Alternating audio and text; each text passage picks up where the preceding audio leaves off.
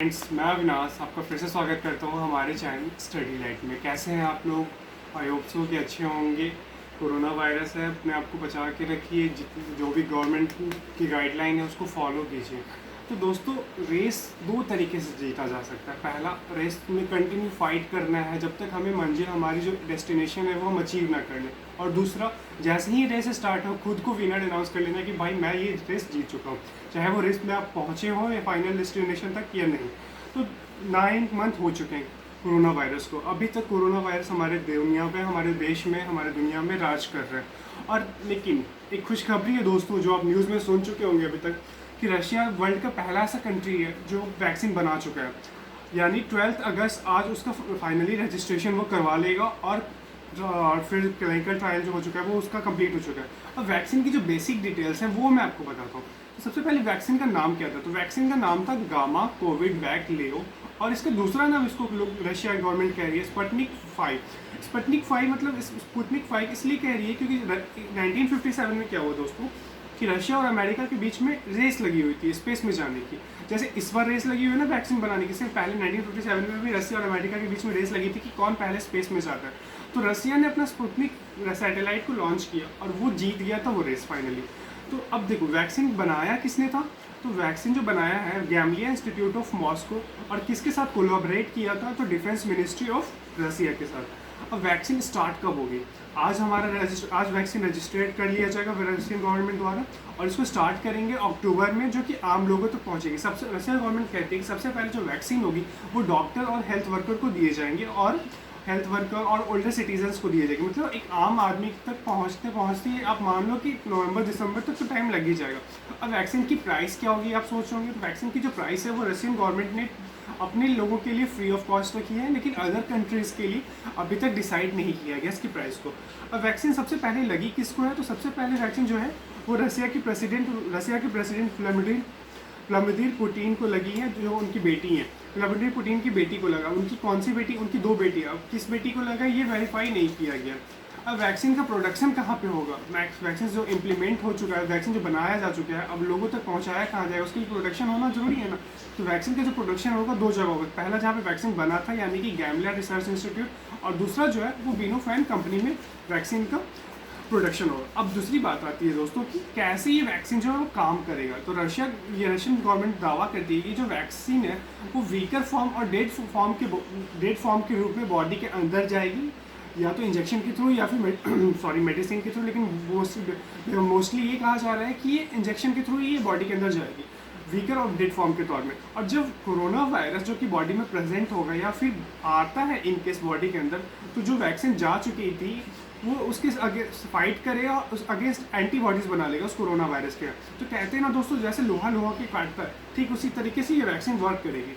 तो वैक्सीन जो है वो एडिनो वायरस का डीएनए लिया गया इस वैक्सीन में। इस वैक्सीन में क्या लिया गया? Adeno virus. नोट करने वाले पॉइंट है कि इस वैक्सीन में एडिनो वायरस का डीएनए लिया गया, जो एक चिंपैंजी के अंदर पाया जाता है। जो बेसिकली ये जो कॉमन कोल्ड, जो हमारे सर्दी जुकाम जिसे कहते हैं हम, उसमें जो ये वायरस होते हैं वो एडिनो वायरस का डीएनए ही होता है। तो अब according to Russia TSS news agency ने वैक्सीन को कैसे इम्प्लीमेंट करवाया, तो देखो 3 प्रोसेस में इसने बोला। सबसे पहला प्रोसेस इसने बोला कि अ वीक और dead form of the germ is introduce. मैंने क्या बोला था कि वैक्सीन जो है वो डेड फॉर्म या कमजोर के तौर पे बॉडी के अंदर इंजेक्ट किया जाएगा। दूसरा स्टेप क्या होगा? This sparks your immune response to develop antibodies remember germs. और जैसे ही बॉडी के अंदर चल रही है एंटीबॉडीज बनाना स्टार्ट कर देगा। और तीसरा स्टेप क्या होगा? जैसे ही एंटीबॉडीज बन चुके हैं हमारी बॉडी के अंदर, तो जब कोई कोरोना वायरस या तो पहले से प्रेजेंट हो या फिर अगर आता है हमारे बॉडी के अंदर, तो ये जो एंटीबॉडी है उसके अगेंस्ट फाइट करेगा और उसको हराएगा, और कोरोना वायरस से हम बच जाएंगे। अब देखो, क्या does any symptoms occurs after vaccine injected in our body? क्या बॉडी के अंदर कोई सिम्टम्स अगर होता है इस वैक्सीन को जब हम बॉडी के अंदर डालते हैं? तो हाँ, एक नॉर्मल फीवर होगा 38 डिग्री सेल्सियस के अराउंड, और वो फीवर जो है वो 1-2 दिन तक रहेगा। लेकिन हाँ, उसको नॉर्मल पैरासीटामोल खा करके हम लोग उसको ठीक कर सकते हैं। मतलब इतनी हाई फीवर नहीं होगी, कोई टेंशन वाली बात नहीं होगी इस वैक्सीन को इम्प्लीमेंट करने के बाद। अपनी बॉडी के। अब प्रॉब्लम क्या थी इस वैक्सीन के साथ वो देखो। सबसे पहला प्रॉब्लम ये था, डब्ल्यूएचओ ने कहा कि क्लिनिकल ट्रायल जो 3 फेज में कंप्लीट होता है, फेज़ 1 का ही रिपोर्ट डब्ल्यूएचओ को रशिया गवर्नमेंट ने दिया, मतलब फेज़ 2 और फेज़ 3 का जो रिपोर्ट है रशिया गवर्नमेंट का, रशिया गवर्नमेंट ने वो डब्ल्यूएचओ को नहीं दिया।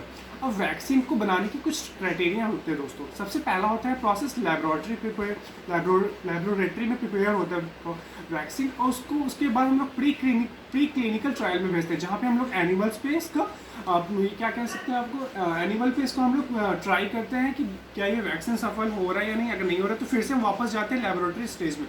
अब फिर तीसरा स्टेप आता है क्लिनिकल ट्रायल। अब क्लिनिकल ट्रायल को हमने सब्सटीट्यूट किया 3 स्टेप में। फेज़ हमने नहीं, डब्ल्यूएचओ ने सब्सटीट्यूट किया तो फेज़ 1, फेज़ 2 और फेज़ 3। फेज़ 1 में क्या होता है दोस्तों कि 1 से लेकर के 100 लोगों तक के बीच में ये जो वैक्सीन जो प्री क्लिनिकल ट्रायल से आ चुका है, अब उसको हम लोगों तक 1 से 100 लोगों के बीच में डालते हैं। अब क्या करते हैं, तो रशिया गवर्नमेंट ने बोला कि ये जो फर्स्ट फेज़ 1 था ये 36 लोगों पर इन्होंने ऑब्जर्व किया। और ये लेकिन शॉकिंग न्यूज़ ये है दोस्तों कि 36 लोग सारे के सारे सोल्जर्स थे, मतलब आम पब्लिक नहीं थी दोस्तों। अगर आम पब्लिक नहीं थी मतलब सोल्जर्स थे, और सोल्जर्स किसकी थी, गवर्नमेंट के अकॉर्डिंग। तो कहीं ना कहीं या तो सोल्जर्स के ऊपर दबाव बनाया गया था इस वैक्सीन को डालने के लिए। अब फेज़ 2 जो होता है दोस्तों वो 100 to 500 के अंदर। दोस्तों एक बात और नोट करने वाली बात होती है कि जो फेज़ 1 होता है वो 15 डेज़ के लिए ऑब्जर्वेशन के लिए रखा जाता है। तो ठीक है, चलो फेज़ 2 जो होता है वो 100 से 500 लोगों के बीच में लोगों को डाला जाता है, जो वैक्सीन है वो डाला जाता है। और जो नंबर 3 जो यानी कि फेज़ 3 होता है वो मास कम्युनिटी होता है। मास कम्युनिटी कहने का मतलब होता है हज़ारों की संख्या में लोगों के अंदर वैक्सीन डाला जाता है, और इसमें साइड इफेक्ट ऑब्जर्व किया जाता है कि क्या वैक्सीन डालने के बाद कोई साइड इफेक्ट नज़र आ रहा है। अगर हाँ तो ये वैक्सीन सफल नहीं हुई, हमें फिर से वापस जाना। अगर नहीं तो ये फिर 4th स्टेज में जाती है FDA रिव्यू और अप्रूवल में, और फाइनल जो स्टेप होता है वो मैन्युफैक्चरिंग स्टार्ट करता है। तो दोस्तों कैसे वैक्सीन कंप्लीट होता है, तो लेबोरेटरी स्टेज में, उसके बाद जाता है प्री क्लिनिकल स्टेज में, फिर क्लिनिकल स्टेज में। क्लिनिकल ट्रायल 3 स्टेप में होता है, फेज़ 1, फेज़ 2, फेज़ 3। उसके बाद 4th स्टेप आता है FDA रिव्यू एंड अप्रूवल, और लास्ट स्टेप जो होता है मैन्युफैक्चरिंग स्टार्ट। दोस्तों कहने का मतलब ये था कि WHO ने साफ बोला था कि सिर्फ उसके पास फेज़ 1 का रिपोर्ट रशिया ने दिया है, फेज़ 2 का और फेज़ 3 का रिपोर्ट नहीं दी। सॉरी। अब दोस्तों साइंटिस्ट क्या कहते हैं इसके बारे में, तो साइंटिस्ट का कहना ये है कि जो फेज़ 1 17 जून को रशिया गवर्नमेंट ने सब लोगों को बताया कि उसमें 36 लोगों के ऊपर इम्प्लीमेंट किया था ये वैक्सीन को, जिसमें लिक्विड के फॉर्म में आधे लोगों को दिया गया, मतलब 18 लोगों को लिक्विड के फॉर्म में ये वैक्सीन इम्प्लीमेंट किया, अंदर डाला गया बॉडी के, और आधे 18 को पाउडर के फॉर्म में ये वैक्सीन दिया गया। फेज़ 2 जो था वो 13 जुलाई को रिपोर्ट पब्लिश किया रशिया गवर्नमेंट ने, लेकिन जब बॉडी फेज़ 3 की आई तो रशिया गवर्नमेंट ने इसके बारे में कुछ नहीं बताया लोगों को, और सीधा अनाउंस कर दिया 11 जून को कि हमने 10 जून को हमने वैक्सीन कोरोना की बना ली है, बिना फेज़ 3 का रिपोर्ट पब्लिश किए हुए। अब इवन दोस्तों रशिया की जो हेल्थ मिनिस्टर है वेरोनिका वोरोत्सोवा ने कहा कि वैक्सीन का जो इफेक्ट है वो बस 2 साल के लिए होगा। न्यूज़ हो गई ना दोस्तों कि जिसकी गवर्नमेंट है जिसकी हेल्थ मतलब जो रशिया के जो प्रेसिडेंट है उसी की हेल्थ डिपार्टमेंट बोल रही है कि ये जो इफेक्ट है वैक्सीन का वो बस 2 साल के लिए होगा। तो हम कैसे मानिए वैक्सीन सफल होगी, ये पता नहीं। अब दोस्तों एक और शॉकिंग न्यूज़ आई इस वैक्सीन के बाद कि यूएस, कनाडा और ब्रिटेन की गवर्नमेंट कह रही है कि यूएस, कनाडा, ब्रिटेन की गवर्नमेंट कह रही है कि रशिया ने जो रिसर्च के डॉक्यूमेंट है वो चोरी किया है उनके यहाँ से, और उसके बाद वैक्सीन बनाना स्टार्ट किया। अब जो साइंटिस्ट हैं एंथोनी फॉजी, उनका कहना है कि वैक्सीन जब फेज़ 3 में कंप्लीट ही नहीं हुई तो कैसे रशिया गवर्नमेंट ने अनाउंस कर दिया। फेज़ 3 1 मंथ में पॉसिबल ही नहीं है, क्योंकि जब फेज़ 1 15 डेज़ में लग रहा है, फेज़ 2 30 डेज़ में कंप्लीट होता है, तो फेज़ 3 मिनिमम 2 मंथ्स चाहिए। और रशिया गवर्नमेंट ने विदिन 3 मंथ्स के अंदर तीनों फेज़ कैसे कर लिए ये किसी को नहीं पता। अब now what Russia claim after so many blame, क्या What Russia claim after so many blames? Russia government कहती है कि इस टाइप की वैक्सीन पहले भी बन चुकी थी, जो कि मिडिल ईस्ट रेस्पिरेटरी सिंड्रोम एक जो डिजीज़ है उसके लिए बनाई गई थी, और उसकी जो एंटीबॉडीज़ थी वैसे ही काम कर रही है जैसे कोरोना वायरस की एंटीबॉडी काम कर रही है। अब according to TASS news, Russia की डिफेंस मिनिस्ट्री कहती है अभी तक कोई सिम्टम्स, कोई भी कंप्लेंट नहीं आया जिन लोगों को वैक्सीन दिया गया था। प्रेसिडेंट पुतिन कहते हैं कि जब फर्स्ट डोज उनकी बेटी को मिला तो नॉर्मल फीवर उनकी बेटी के अंदर ऑब्जर्व किया गया। सेकेंड डे क्या हुआ कि फीवर रहा बट थोड़ा सा कम हो गया, और थर्ड डे में फीवर बिल्कुल नहीं रहा, और बॉडी जो है अपने आप एंटीबॉडीज़ बनाने लगी। अब दोस्तों मेरा क्या ओपिनियन है, जो मैं क्या सोचता हूँ इस बारे में, तो देखो लोग कुछ ना कुछ तो लोग कहते रहेंगे, अब लोगों का काम है कहना।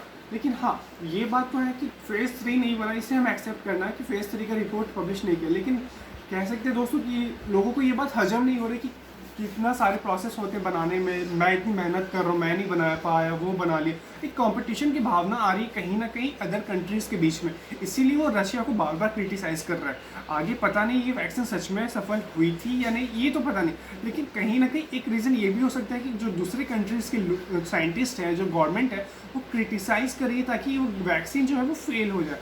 तो दोस्तों मैं लास्ट में बस एक यही बात बोलूँगा, जोनास साल्क ने एक बहुत मस्त बात बोली थी, hope lies in dreams, in imagination and in courage of those who dare to make dreams into reality.